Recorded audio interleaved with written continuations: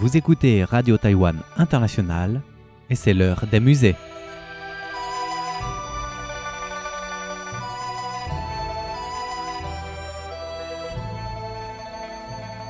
Chers amis francophones, bienvenue à nouveau à l'heure des musées.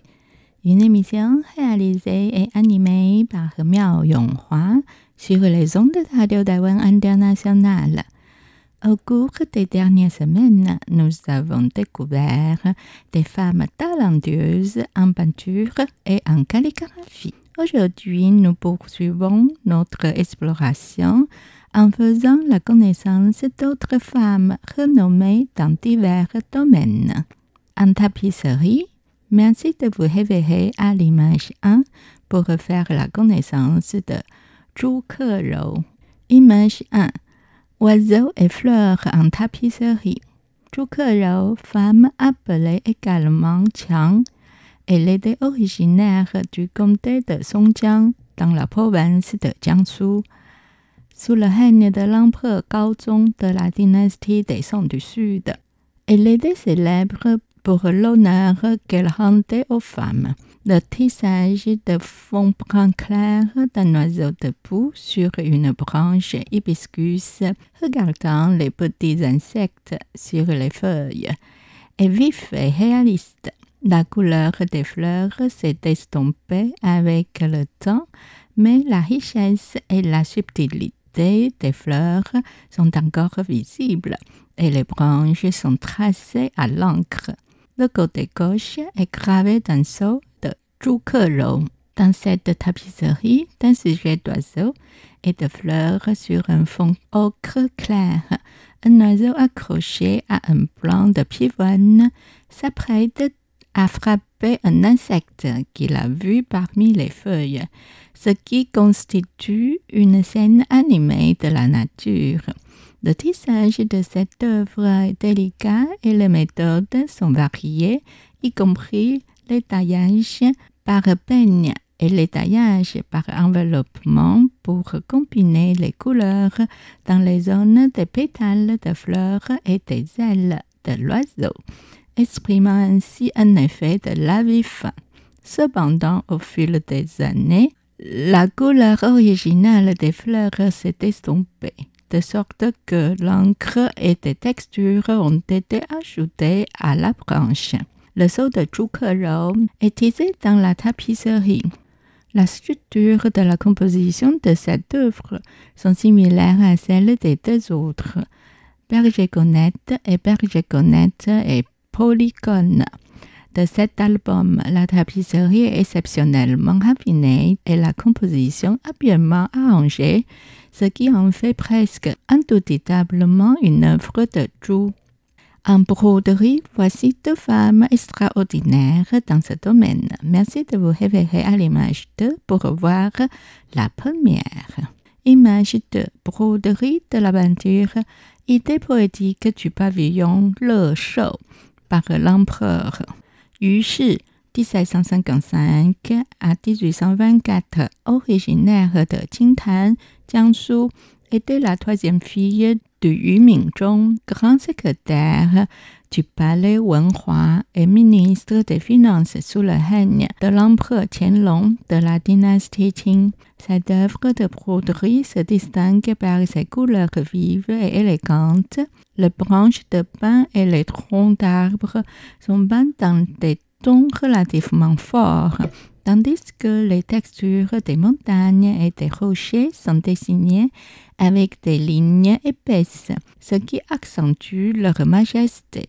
Les pavillons et les maisons sont représentés en rouge vermillon et en bleu ciel, avec des grues et des cerfs se déplaçant gracieusement dans le jardin, symbolisant la longévité. Et la deuxième, il s'agit d'une impératrice. Merci de vous référer à l'image 3 pour admirer son œuvre de broderie. Image 3.1 et 3.2. Bourse de silex avec motif floral. La collection du Musée national du Palais comprend une bourse brodée par l'impératrice Xiaoxian pour l'empereur Qianlong, montrant son implication personnelle avec le tissage et que même une des plus hautes figures féminines de l'autorité et de la puissance a encore reçu une formation dans les arts traditionnels. Une bordure bleu clair a été tout simplement tissée sur un morceau de satin indigo pour former une bourse.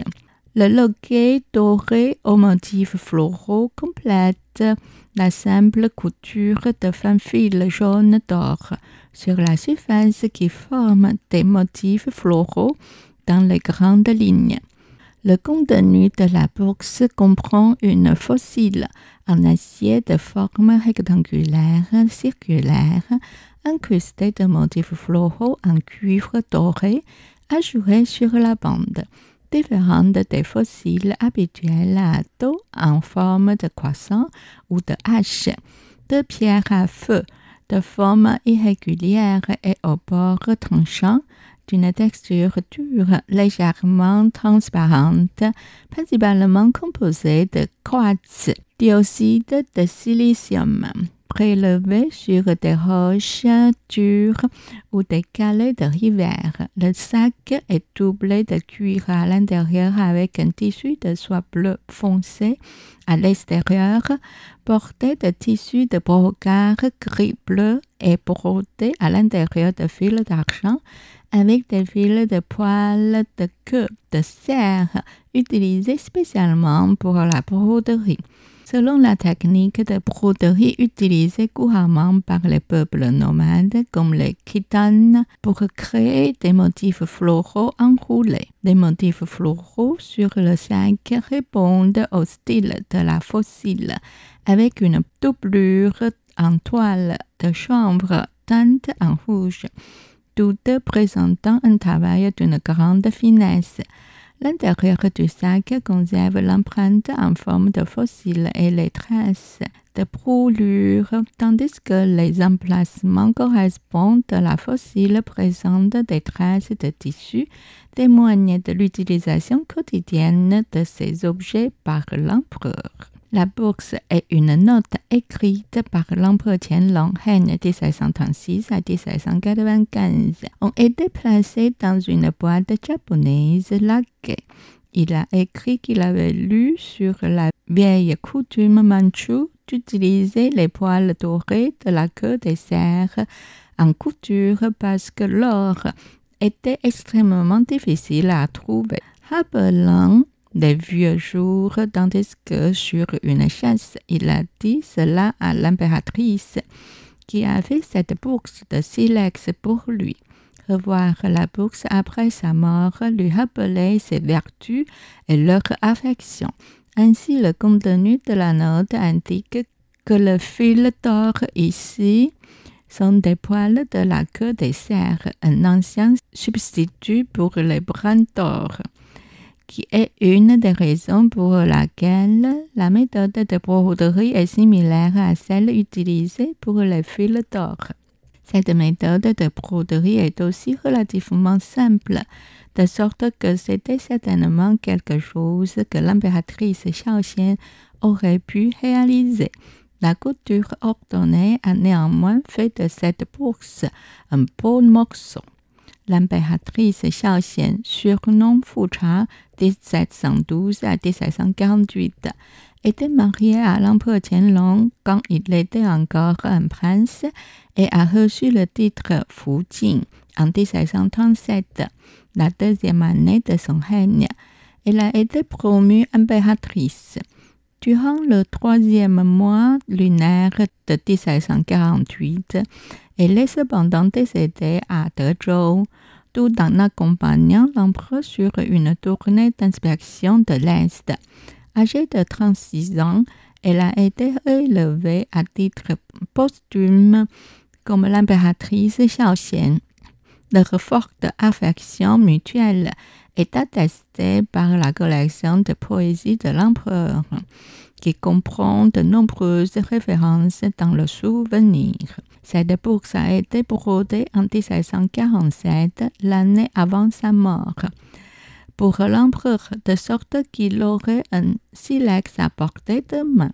Le 15e jour du 4e mois lunaire de 1748, environ un mois après sa mort, l'empereur a écrit la note ci-dessus, qui explique pourquoi il a été si ému par la douleur de son décès. Bon, on va s'arrêter là pour aujourd'hui. Merci de l'avoir suivi.